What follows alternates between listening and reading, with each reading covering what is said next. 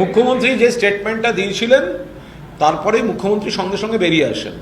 ফলে আমার একটা বিষয় মনে হয়েছিল, আমি গিয়ে মুখ্যমন্ত্রীর সঙ্গে ওখানে দেখা হয়, আমি যখন উনিও বেরিয়ে যাচ্ছেন আমিও বেরিয়ে আসি, কথা হয়। আমি শুধু অনুরোধ করেছি যে এই বাড়ি ভেঙে পড়ার পর এই প্ল্যানগুলো অডিট করার জন্য আপাতত কাজ বন্ধের যে একটা বিস্তীর্ণ এলাকা জুড়ে কলকাতা শহর থেকে শহরতলি যে উনি যে সিদ্ধান্ত নিয়েছেন তাকে পূর্ণ সমর্থন করছি, কিন্তু প্রচুর গরিব মানুষ যারা নির্মাণ শ্রমিক তারা হয়তো এক একটা সাইটে দূরের বাড়ির থেকে এসে তারা কাজ করছে। এতগুলো লোক কিন্তু তারা কার্যত দিন আনে দিন খায়, দৈনিক মজুরিতে কাজ করে, এবং যারা ওই বিভিন্ন জিনিস সরবরাহ করেন তাদের শ্রমিকরাও আছেন। ফলে এখানে একটা বিরাট তাদের আর্থিক সমস্যা তৈরি হবে। মানে তারা তো থাকছেন, এটা কি মুখ্যমন্ত্রী, মাননীয় মুখ্যমন্ত্রী অত্যন্ত গুরুত্ব দিয়ে বিষয়টা শোনেন এবং তিনি কিছু বিষয়ে ব্যবস্থা নিচ্ছেন বলে আমাকে জানান। কিন্তু যেহেতু ওটা তিনি আমাকে জানিয়েছেন বা তিনি এখনও সেটা অফিসিয়ালি কি করেছেন আমি জানি না, তাই উনি যে স্টেপগুলোর কথা বলেছেন আমি সেটা বলছি না, কিন্তু আমি ওনার কাছে অত্যন্ত সদুত্তর পেয়েছি। কালীর সঙ্গে আমার সবিস্তার কোনো আলাপ নেই, আচমকা দেখা হলেও চিনতে পারবো না। তিনি কার্যত এক্সিকিউটিভ মেয়র পোস্টে কাজ করতেন বলে শুনেছি, সেই পদ সংবিধানে আছে কিনা জানি না, কিন্তু তিনি হর্তাকর্তা বিধাতা ছিলেন। কাউন্সিলররা তাকে ভয় পেত এবং তাকে যথেষ্ট তৈলমর্দন করে চলত। এখন মুখ্যমন্ত্রী বলেছেন কালীকে ধরলেই সব বেরিয়ে যাবে বা কালীকে জিজ্ঞেস করলে বেরিয়ে যাবে। তো জিজ্ঞেস করলে কেন, এখনো কালী অ্যারেস্ট হয়নি কেন? আর কান টানলে মাথা আসবে। আপনি পুল ইয়ার হেড উইল কাম, তাতে চলুন। তথাকথিত কালী বলে যার বিরুদ্ধে কথা বলা হচ্ছে তাকে অপসারণের জন্য একসময় কায়মা স্ট্রিট থেকে নির্দেশ এসেছিল এবং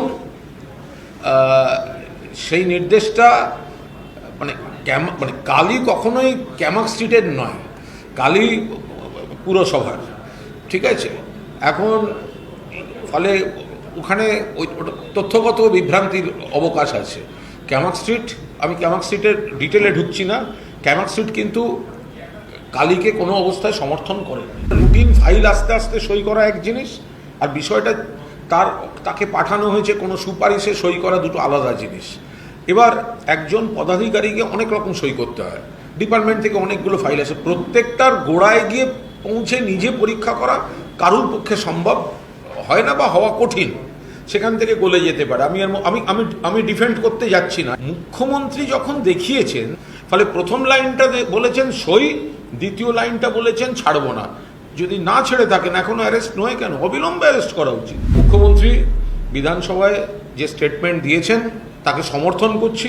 মুখ্যমন্ত্রী যখন বিধানসভায় গুরুত্বের সঙ্গে স্টেটমেন্ট দিচ্ছেন, আমরা তার স্টেটমেন্টটাকেই মান্যতা দিয়ে আমাদের বিবেচনা রাখব। ফলে এত বড় ঘটনা যখন হয়েছে, যদি সেখানে কোনো অনৈতিক বা অবৈধ কোনো কিছুর সেই জায়গায় হয়ে থাকে, তাদের প্রত্যেকের আমরা গ্রেফতার দাবি করছি। আমরা এটাও সঙ্গে যোগ করছি যে শুধুমাত্র সামনে কয়েকজনকে দেখা যাচ্ছে তাদের নামে এফআইআর হলো এবং তাদের গ্রেফতার করে নেওয়া হলো, আর বড় নাম যদি পেছনে থাকে তাহলে সেটা শুধু রাজনৈতিক উদ্দেশ্যে বিধানসভায় ব্যবহার করা হলো, সেটা যেন না হয়।